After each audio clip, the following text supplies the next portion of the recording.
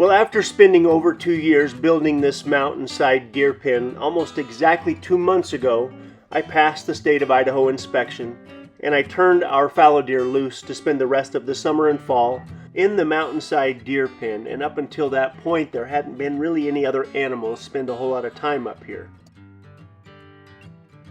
And again, this is what it looked like before they stepped foot in the Mountainside deer pen.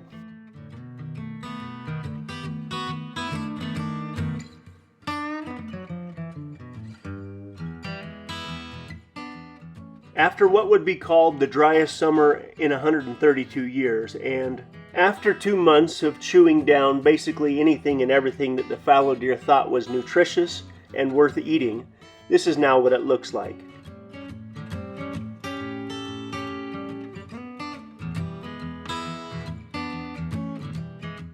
In another 4 to 6 weeks, I will pull the fallow deer off of the Mountainside deer pen and let the deer pen recover until somewhere around early May, assuming it's dried out enough by then, and then we'll start the cycle all over again. But next summer should be quite a bit more interesting than the last summer.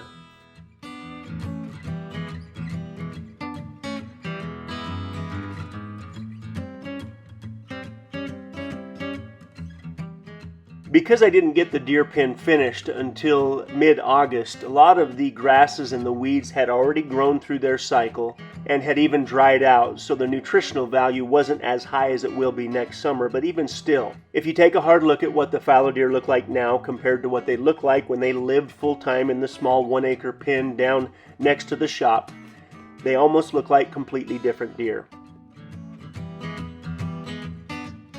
They've had the ability to run and play and do all of the stuff that fallow deer would normally do in the wild, and their bodies have completely changed. This is the alleyway that I'm going to use here in another 4 to 6 weeks to transfer the deer from the large deer pen up on the side of the mountain back down into the small 1-acre pen where they will spend winter, where ultimately it's easier for me to feed and take care of them closer to the house. I wish you could hear what the turkeys were saying at this moment, but our bourbon red turkeys did not like my drone getting any closer than I had already gotten, but the turkeys are doing great too. It's fall, and Poncho has got you covered. With classics like denim and flannels, Poncho is comfortable, durable, and versatile for whatever the season brings. Every day starts outside. That's why I wear Poncho. You all know I love a good denim shirt, and some take forever to break in. This feels soft right from the start and gives the perfect amount of stretch. It's not too heavy, and it's got the style I like that pairs with anything. This isn't fashion as much as it's gear for those that work and work hard, rain or shine regardless of what's going on, but you still look good doing it. Most flannels are bulky or stiff. Poncho's flannel feels light but still warm. Wicks wet, dries fast, and ready for the outdoors. Poncho's promise is they stand by every shirt. Free shipping, free returns, and free exchanges to make sure you get the right fit with your Poncho shirt. They will make it right if it's not your favorite. Gear up for fall with Poncho. Every piece is built for comfort, performance, and lasting style. Go to ponchooutdoors.com/redpoppyranch. Enter your email for $10 off your first order. That's PONCHO outdoors.com/redpoppyranch for $10 off and free shipping. And when they ask how you heard about them, tell them Red Poppy Ranch sent you. It really helps support the show. Thank you, Poncho.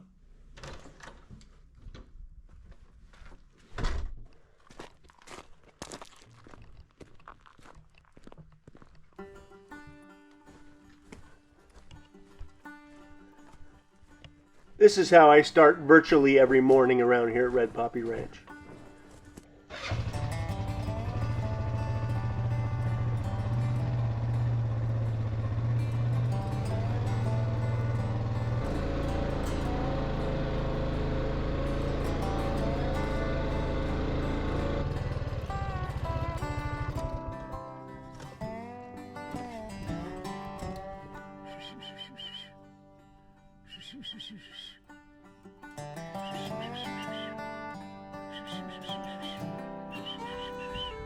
Willie, go on, Willie. Come here.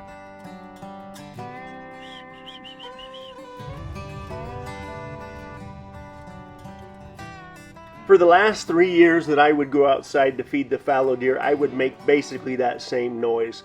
And between that and the sound of my four-wheeler, the fallow deer know that they're going to get some fresh hay, some grain, and potentially some apples if the season's right.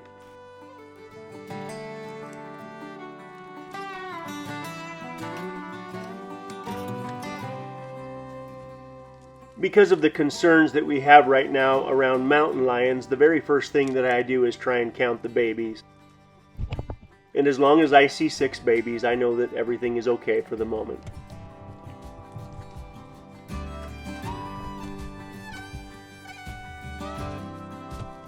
7.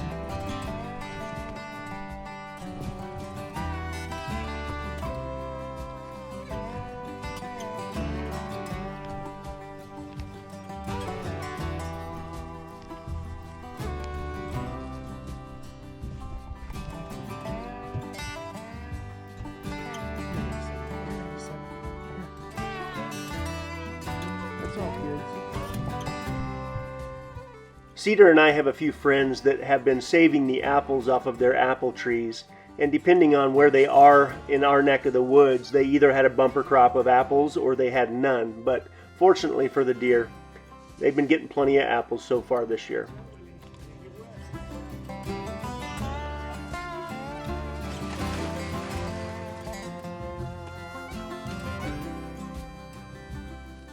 Because of how the fallow deer eat their hay, it's always really important to make sure they've got good, clean, fresh water.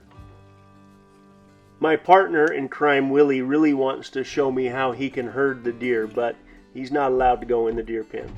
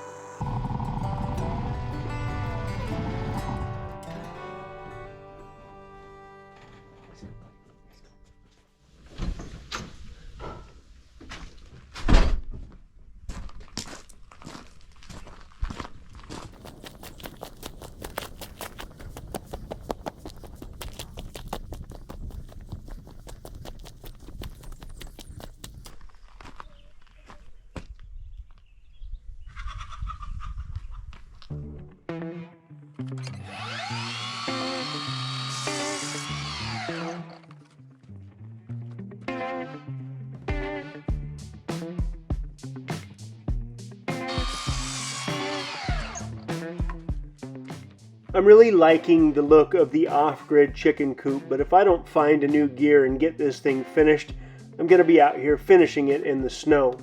Winter's just around the corner.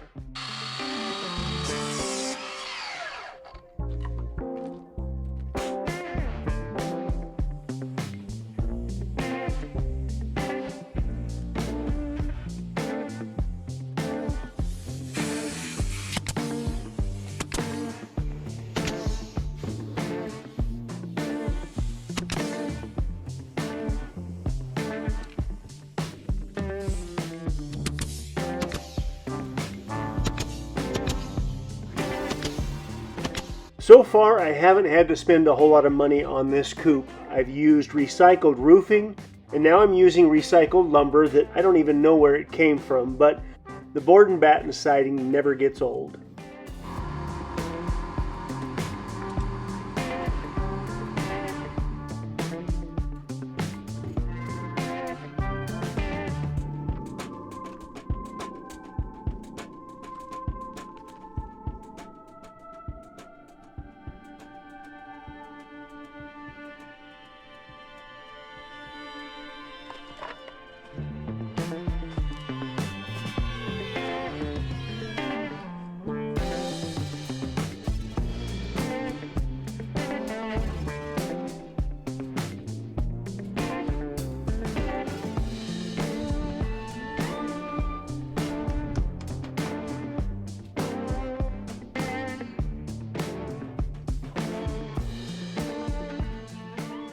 The cedar shingles were recycled. All of the lumber so far has been left over from other jobs, and this tar paper also was left over from another job, but it looks like I'm going to need another roll.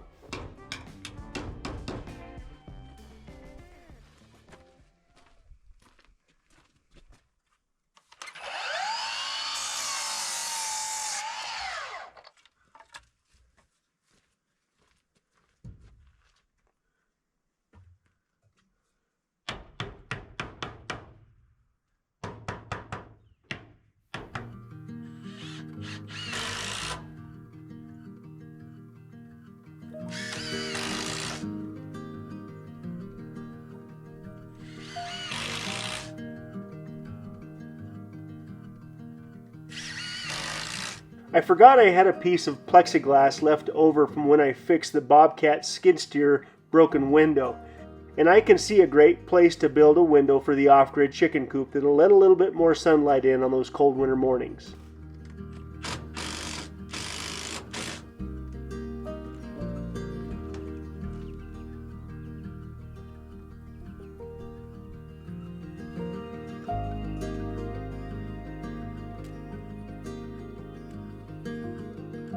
With time, this plexiglass is probably going to turn a little bit yellow and maybe not as clear as it is now, but like I said, it didn't cost me anything, and so I'm more than prepared to use it in the off-grid chicken coop.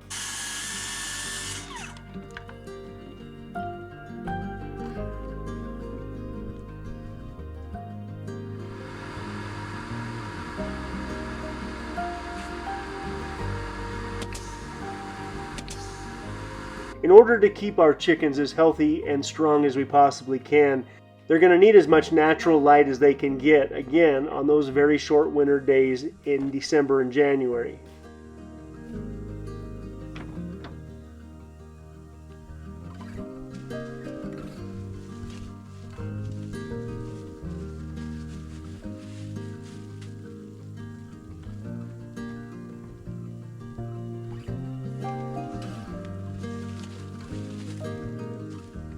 There's nothing more filling than a free-range, organic, homegrown egg, and we always seem to have somewhere between 20 and 30 chickens, so I need to build a coop that can handle that many chickens. But we've gotten to a place where we not only provide eggs for us and our needs, but now for our kids and anybody else around us that Cedar wants to give them to.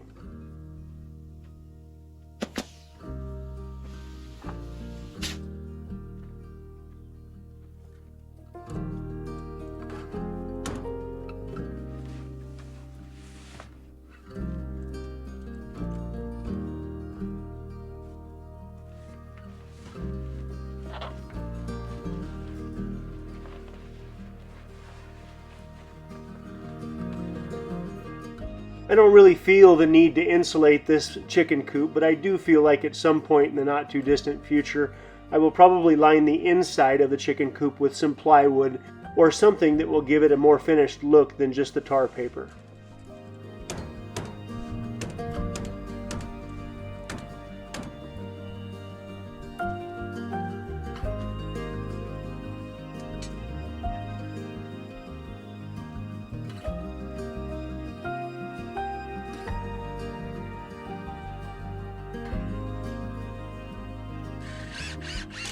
A free-range chicken egg is one of the most complete foods that a person can eat.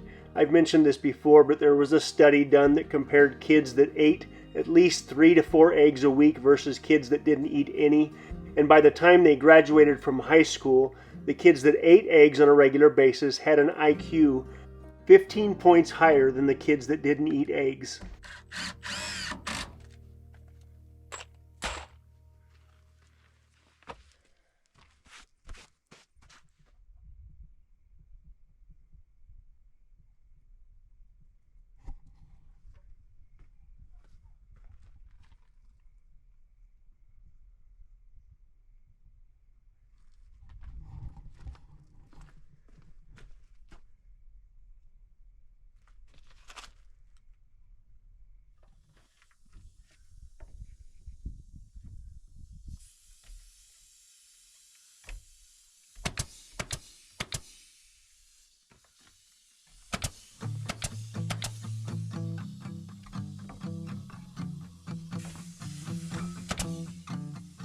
These cedar shingles are sure turning out pretty cool on the off-grid chicken coop, but I can see that I'm going through a lot more than I thought I was going to.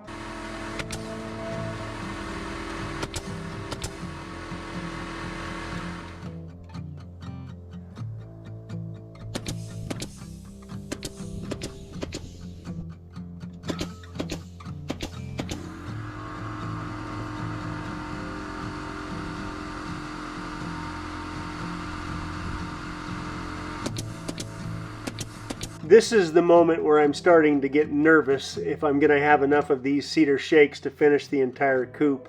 I keep having to run up on the hill and get another load or two here and there, and a lot of the shakes are not in usable condition.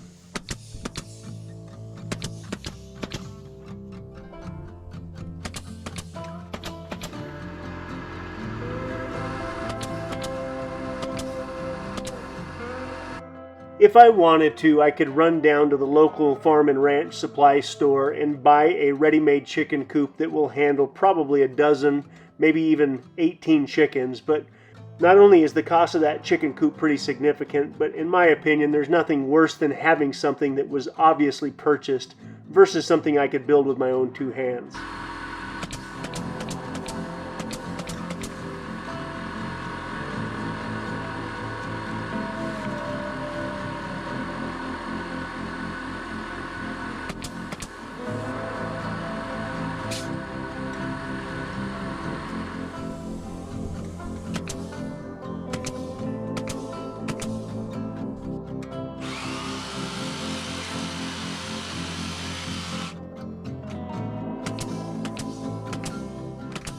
My original goal on building this chicken coop was to keep the expenses under $500, and I think we're going to be well under that.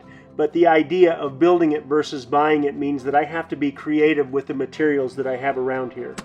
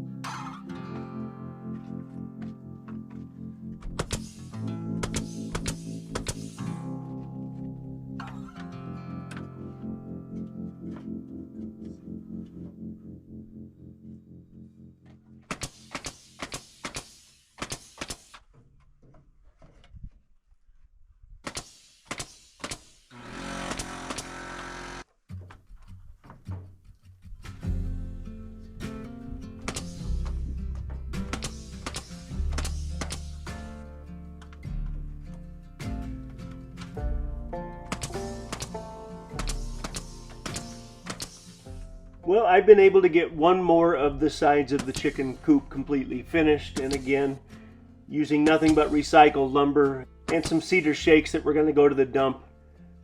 I love how it's turning out.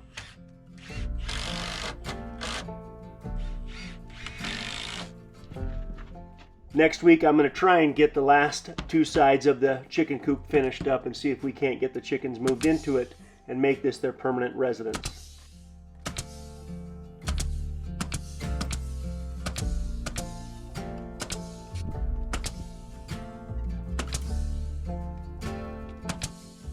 I'm pretty sure I have enough cedar shingles to finish the job, but we're going to find out the hard way whether I do or whether I don't next week.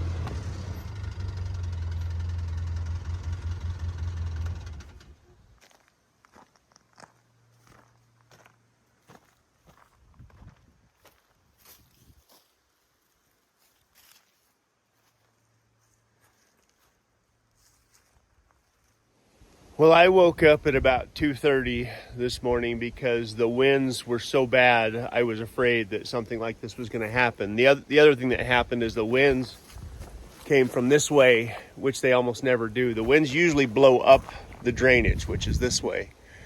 And whenever we have high winds like that last night, I always get concerned about a big tree falling on the fence for the deer. And the truth is, where this tree fell, it couldn't have been any better. It didn't damage the tanks. I was really concerned that it might have damaged the tanks. It missed the fence, didn't do any damage to the fence. But this was one of the biggest maple trees on our entire property. There's probably 4 cords of firewood in that one tree alone. And I'm the one that's gonna have to cut that up and turn it into firewood, but I can't see any others. I can't see any other broken off trees that look like they did any damage anyway. But man, I would have never guessed this tree was the tree that was going to break off last night. But thank goodness it missed the deer pen.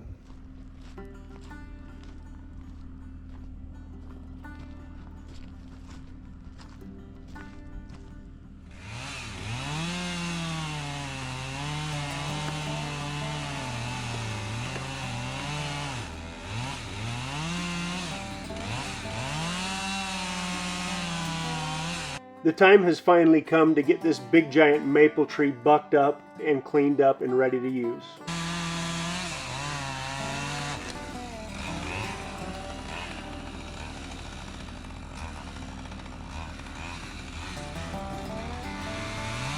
I was kind of sad to see this big huge maple get damaged in that windstorm, but because it was damaged, I'm going to turn some of it into firewood and I'm going to save the trunk for a major project that I can do in the new wood shop.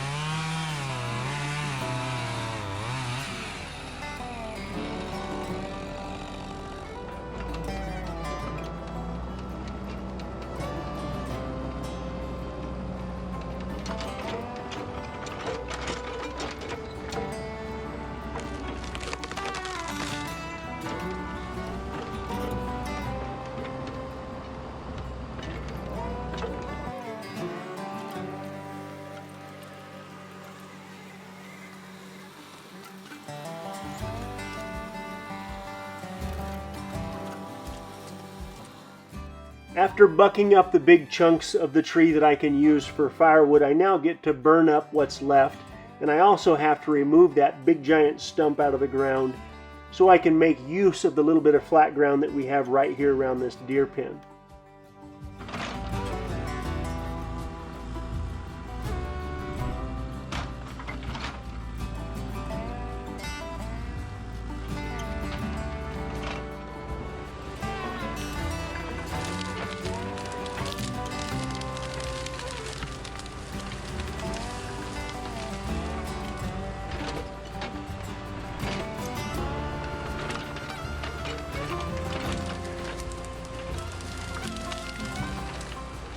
Sometimes these big stumps take a crazy amount of effort to get out of the ground, and once I get them out of the ground, they're usually packed full of dirt, which doesn't burn very good.